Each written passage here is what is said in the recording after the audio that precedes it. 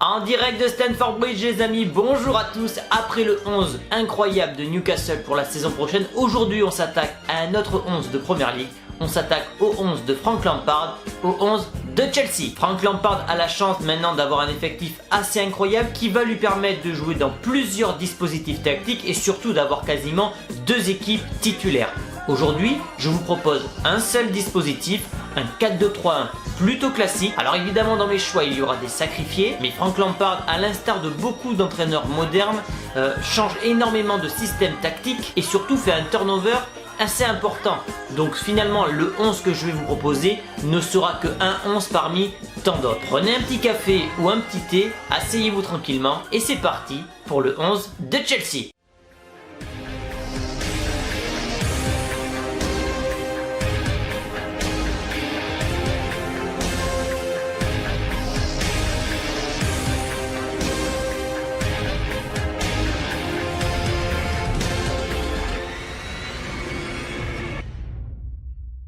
Alors dans les buts, on va se séparer de Kepa. Voilà, Kepa qui au niveau du feeling avec Frank Lampard ça ne passe pas. Frank Lampard a été biberonné par les Mourinho, Carlo Ancelotti. Il est très exigeant, que ce soit au niveau des entraînements mais également au niveau des prestations en match. Kepa quant à lui est un joueur qui a beaucoup de caractère, qui a été l'un des plus gros transferts de l'histoire de Chelsea, surtout au poste de gardien de but. Il a déçu par ses prestations et il a surtout déçu par son comportement à l'entraînement. Frank Lampard ne lui fait plus confiance, il a fait jouer l'an passé Caballero son remplaçant pour la fin de saison. Je pense donc que Frank Lampard va vouloir s'en séparer et le remplacer par un certain Onana, jeune gardien très prometteur du côté de l'Ajax. Et pour remplacer l'Espagnol, je pense qu'il y a un candidat qui se détache plus qu'un autre, c'est le gardien de l'Ajax. Tout d'abord parce qu'il a un prix plutôt attractif, aux alentours de 30 millions d'euros, et puis surtout pour ses qualités en tant que gardien de but. C'est un gardien qui est très agile, très souple, excellent dans le jeu aérien, excellent balle au pied. La vente de Kepa pourrait donc payer intégralement le transfert d'Onana. Onana chez les Blues, ça serait une excellente recrue. Au poste de latéral droit, ça a été une révélation l'an passé, formé au club,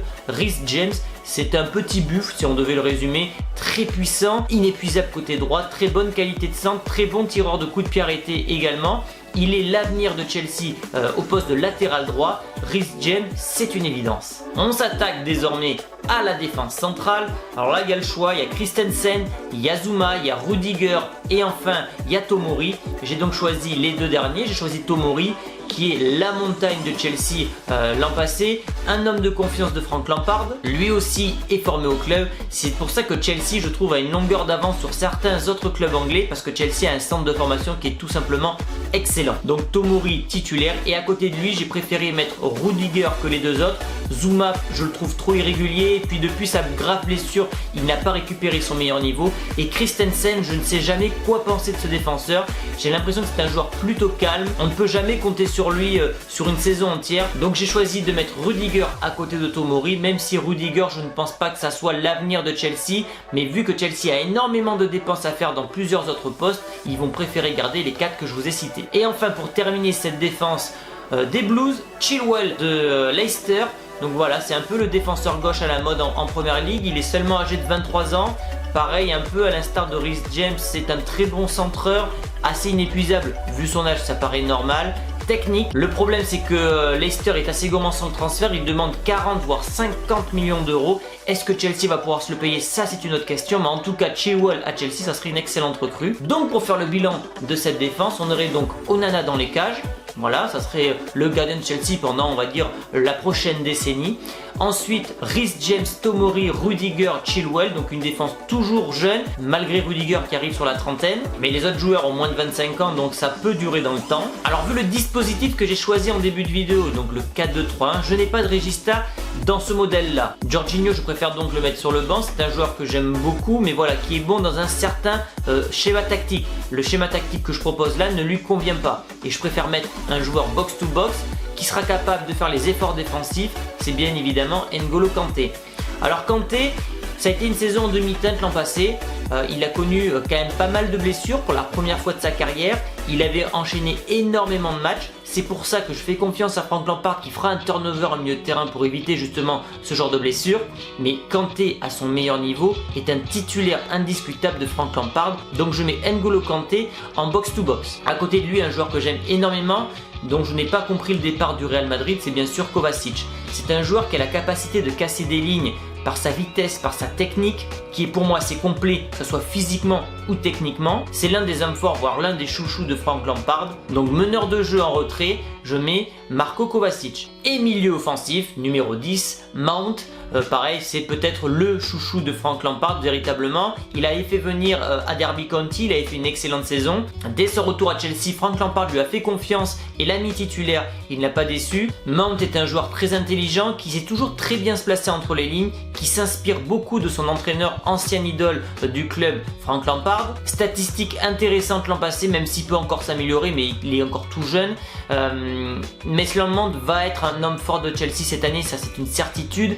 Malgré le fait qu'il y aura beaucoup de concurrents, je pense que Frank Lampard lui fera confiance. Donc on se retrouve avec un milieu avec N'Golo Kanté en milieu centre, avec Kovacic meneur de jeu en retrait et numéro 10 Mason Mount. Et si d'aventure, par exemple en jouant à l'extérieur ou contre de grosses écuries, Frank Lampard préfère assurer, il peut à ce moment-là mettre sur le banc des remplaçants Mount et remettre Jorginho en regista. Ça, comme je vous l'ai dit, avec la pléthore de joueurs de qualité que possède Frank Lampard, il pourra à ce moment-là envisager plusieurs schémas tactiques. Et enfin les amis, on passe à l'attaque. Bien sûr, sur le côté droit, la recrue phare, je pense, Ziyech qui vient de l'Ajax, qui a été peut-être l'un, voire le meilleur joueur des Blancs et Rouges. La patte gauche marocaine a mis du temps à quitter l'Ajax. Contrairement à des De Jong ou à des De Ligt, il a pris le temps de bien choisir son club et je pense que Chelsea est un excellent choix. D'une part parce qu'il peut s'assurer une place de titulaire vu ses qualités et parce que Chelsea et Frank Lampard mettent en place un jeu très offensif, un jeu qui va lui correspondre à merveille. D'autre part, sa polyvalence va énormément aider les Blues cette saison, que ce soit sur le côté gauche, même dans l'axe, mais principalement à droite. Excellent tireur de coups de pied arrêtés, très bon techniquement, rarement blessé. Ziyech a tout pour faire les beaux jours de Chelsea dans les prochaines années. Côté gauche, j'avais le choix entre Hudson-Odoi et Pulisic. J'ai choisi l'américain, voilà, que je trouve plus régulier.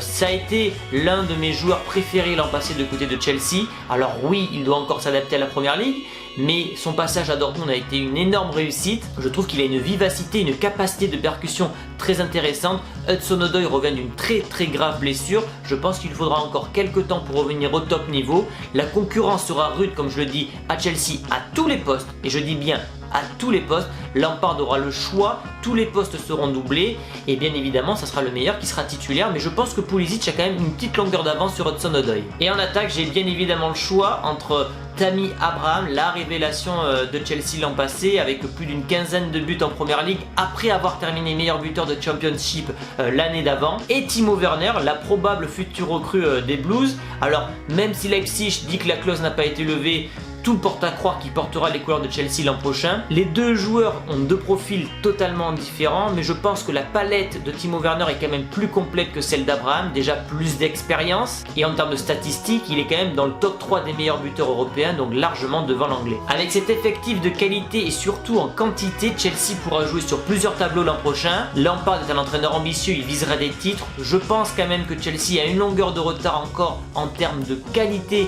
sur Liverpool et sur Manchester City, mais tout porte à croire que si Lampard reste sur la lancée de l'an passé et recrute de cette façon, c'est-à-dire très intelligemment, je pense que d'ici 2 ans, Chelsea pourra gagner la première ligue. Concernant les schémas tactiques que pourrait utiliser Frank Lampard, donc je vous ai proposé ce 4-2-3-1, mais Chelsea peut également jouer en 4-3-3, en 3-4-3, en 3-5-2, toujours un jeu de transition rapide vers l'avant. La possession, c'est pas le fort de Frank Lampard, il le fait par phase, on va dire, pour conserver la balle de temps en temps, mais il n'est pas fan par exemple d'un tiki-taka, il s'inspire plutôt d'un jeu à la Jürgen Klopp et de Liverpool. Voilà les amis pour ce 11 de Chelsea 2020-2021. Alors oui, il y a beaucoup de 11 possibles à Chelsea, mais donnez-moi votre 11 favori. Comme d'habitude, lâchez-moi un maximum de pouces bleus si vous avez aimé la vidéo. Abonnez-vous si ce n'est pas encore fait. Et nous on se retrouve très prochainement les amis pour un nouveau 11. Ciao!